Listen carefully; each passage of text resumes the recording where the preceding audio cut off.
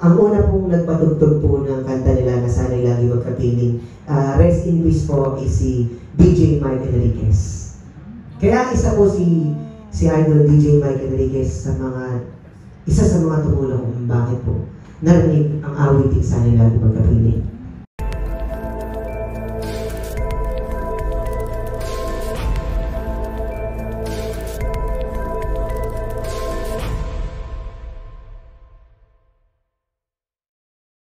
Last question, anong pinaka-favorite mo kanta ng Dan? And bakit? Siyempre, dalawa po. Sige. Pero siyempre ang una po is Sana'y Lagi Magkapiling po. Yung awit ko'y pakinggan at laging tatandaan, mahal kita, pag-ibig ko'y tanging sa'yo, sinta. Ikaw ang lahat sa akin at pakamamahalin. Ikaw at ako, sana'y laging magkapiling.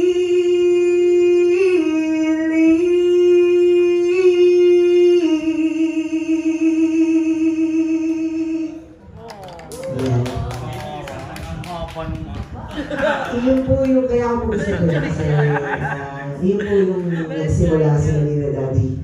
Kaya one of my most favorite song ni Dad kasi dun sila nagsimula po na makilala kasi yung una po na yun is hindi po sila tinatanggap ng mga recording company na dun yung hirap, pawis at dugo na ibinigay nila para makuha na yung pangarap nila. Tapos naawa ang lola ko nun, Lola Lucy ko, siya po yung produce. Tapos po, ang nangyari po nun is nung na-produce na po yun, di ba, kasi hindi ka tinanggap ng recording company, na-produce mo yun. Ang nangyari po doon is, pinasok nyo sa lahat ng radio station, wala pong tumatanggap. And ang una pong nagpatugtog po ng kanta nila na Sana'y Lagi Magkapiling, rest in peace po, is si DJ Mike Enriquez. Kaya isa po si Idol DJ Mike Enriquez isa sa mga tumulong kung bakit po narinig ang awiting Sana'y Lagi Magkapiling. Yun po. Sa kanta, saan ka yung... Di ko kahit nanggaling siya. So ngayon, you're with GMA Music. Kailan ka pa sa GMA Music? Ano po, dito lang po ng February, nagpapasalamat po ako sa GMA Music at binigyan po ito akong pagkakataon na makabalik ulit po sa pagkanta. Okay. So ano yung plano? Ano yung mga expectation mo at the same time sa career mo ngayon? Ano po, hindi ko po alam sa GMA yung plano eh. Dito lang po eh. Ang plano ko po talaga is gumawa lang po gumawa ng kanta dahil yun po yung pangarap namin ni Daddy.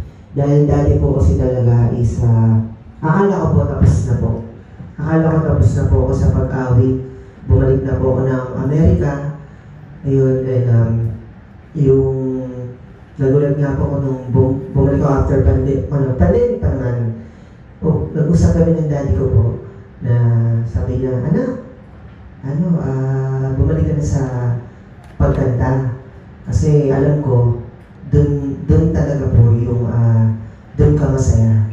Dun ka lang liligaya kasi yung passion natin. Noong na siyempre natapos na ako, bumalik na ako na year. Sabi ko, Dad, nandun na yung buhay ko sa Amerika. Tapos, sabi niya, hindi, alam ko kung ano mapapasas niya, nag-iyakan kami. Tapos napag-usapan talaga po namin, which is destiny talaga na kausapin natin si Sir Kelly ng GMA. Iyon po yun. Tapos nga, yun, kaya laking tuwa ko po na salamat po sa Panginoon Diyos na eto, patuloy ulit po akong umaawit at nasa harapan niyo po. Kaya maraming salamat. Okay lang wala. Kailan yung naging conversation nyo na yan? That was 2 months po bago mawala si Daddy. Kasi hindi ko alam talaga naman na siya nun. Kasi may hawak pa kaming doon iniinom habang nag-uusap pa kami. Kaya pala mahina na rin siyang gumanon. Mag-golf. Dati kasi malakas siya. Ay, nung isa-isa na lang siya, dalawa. 2 months po nun, nag-pass away siya nun. Tapos, hindi ko naman nila-expect na makakabalik ako. Nung time na after na nawala, doon ko po naisulat yung yung idolo, yung hayaan niyong iandog namin itong awit para sa mga tagahanga namin. Salamat sa pagmamahalan, kailan may hindi niyo iniwan. Kayo ang tunay naming idolo. Salamat sa inyo.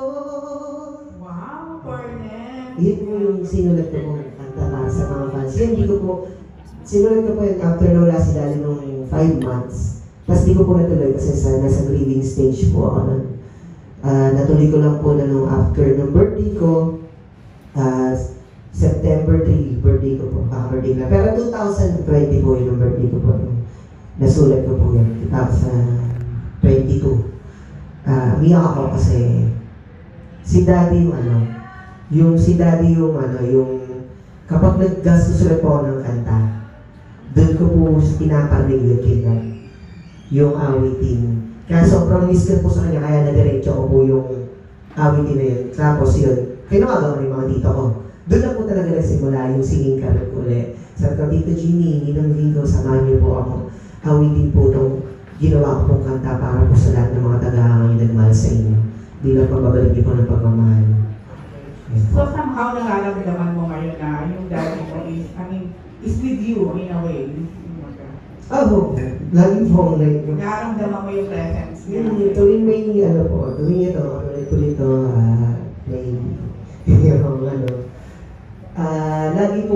lagi po kung nararamdaman yung sabi ko, thank you Dad, salamat po. Tapos pumupunta rin po ako sa Musileo na tuwing may mga nangyayaring maganda sa akin. Katulad nung kinuha ko ng GMA, tapos ito nga, may bago na naman na single, tuloy-tuloy po yung pagmamahalan ng GMA at ligat sa akin sa mga blessings na dumadating. Lagi pong naaalala si Daddy. Kasi lagi po siya ang kausap ko.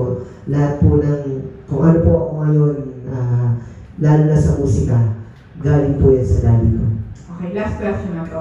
Sabi mo kanina, pakilala mo anak ka ng tatay mo. So, paano mo kami mako-convince lahat dito na anak ka nga ng tatay mo? Yung boses pala po, di ba? Di ko kayang tanggapin na mawawala ka na sa akin. Yan. Tapos ang sombrero po ako. Siguro DNA na lang po. DNA po, siguro, kasi kami yung Tahino halos pare-pares po ng boses. Kami, lalo mga kapatid ni Daddy. Yun nga lang, pinakamagandang boss si Daddy kasi siya yung pinakamataas na boses po. Yan. Yun, dito na. Pwede ba ba? Last na lang. Ano na lang yung legacy ng Daddy mo na gusto mong ituloy? Siyempre po, gusto ko po na talaga, ang totoo. Sa una po, gusto ko po na hindi po makalimutan yung mga awitin niya.